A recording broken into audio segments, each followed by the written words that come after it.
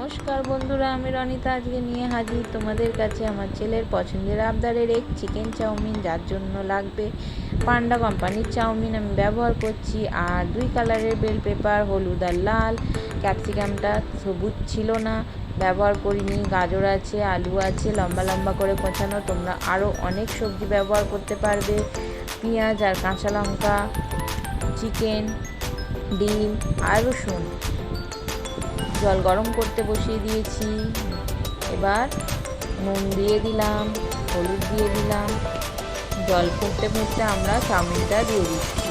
Chowmein সুন্দর করে সেদ্ধ হতে হতে গার্লিকটা ছোট্ট ছোট্ট করে কুচিয়ে নিতে হবে। দেখো সুন্দর করে কুচিয়ে নেওয়া হচ্ছে। রসুনটাকে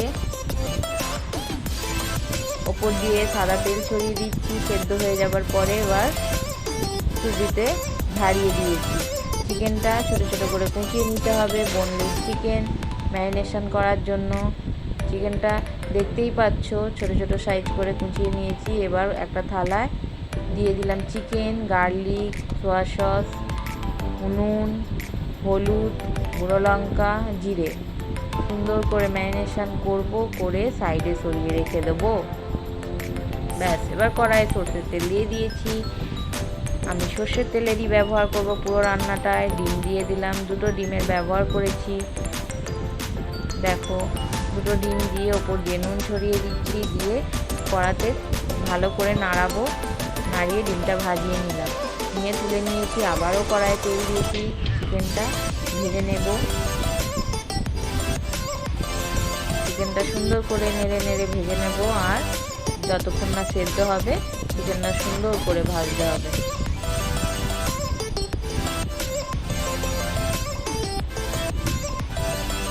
ততক্ষণ একটা সস তৈরি করা দেখাই।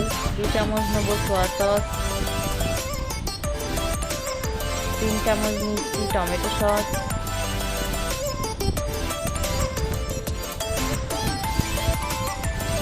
একটু নুন দেব ওপর দিয়ে, একটু হলুদ গুঁড়ো দেব, দিয়ে সুন্দর করে মেশাবো। দেখো একটা সুন্দর কালার তৈরি হবে।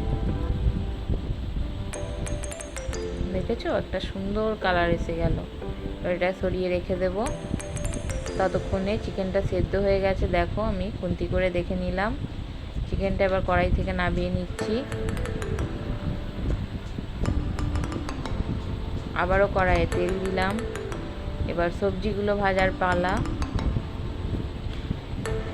রসুন, কাঁচা লঙ্কা কুচি ওপরে প্রথমে দিয়ে দিচ্ছি, কড়ার ওপরে দিয়ে ভালো করে নেড়ে চেড়ে ভেজে নেব একটু।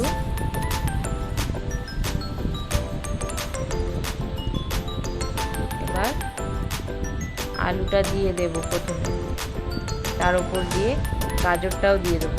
আলু আর গাজর একই রকম সাইজের কাটা আছে, সেই কারণে সেদ্ধ হতে একই সময় লাগবে। 2টো সবজি একসাথেই কড়াইয়ে দিয়ে দিলাম।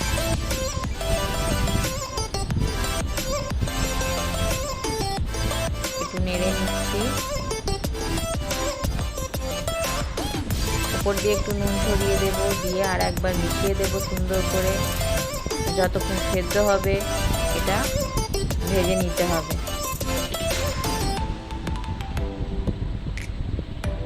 ভাজা প্রায় হয়ে গেছে। দেখো খুন্তি করে চেক করে নিলাম। এবার বেল পেপার 2টো কালারের দিয়ে দেব। একটু নাড়াচাড়া করে নিয়ে, বেল পেপার একটু কাঁচা কাঁচাই থাকবে, খুব সেদ্ধ করব না, গলে গেলে ভালো লাগে না। উপর দিয়ে পেঁয়াজটাও দিয়ে দিচ্ছি।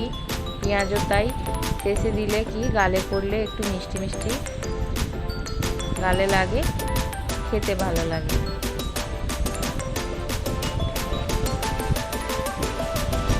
আর ডিমটা ভাজা ছিল যেটা, ওটা দিয়ে দিলাম।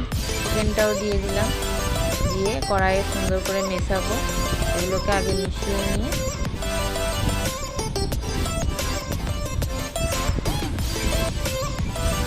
মেশানো হয়ে গেছে। এবার চাউমিনটা দিয়ে দিচ্ছি। ফাইনালি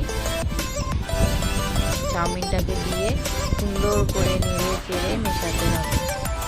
দেখতেই পাচ্ছ কড়া আমার অলমোস্ট ভর্তি হয়ে গেছে। আস্তে আস্তে করে নাড়াতে হচ্ছে। যাতে না পড়ে যায়। এর ওপর দিয়ে পান্ডা কোম্পানির চাউমিনটা ব্যবহার করলে ওর মধ্যে মশলা চাউমিনের দেওয়াই থাকে, আলাদা করে আর কিনে আনতে হয় না আমাকে। ওই মশলাগুলো আমি দিয়ে দিলাম।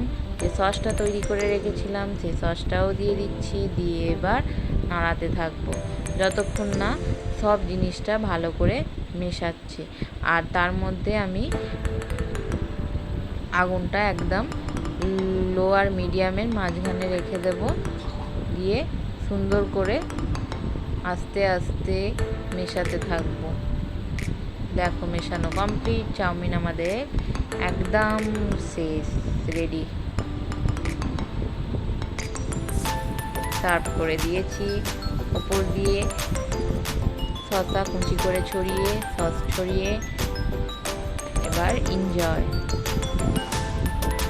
পেয়ে তো খুব মজা আমার ছেলে। তোমরা এইভাবে তৈরি করে বাচ্চাদের দিতে পারো।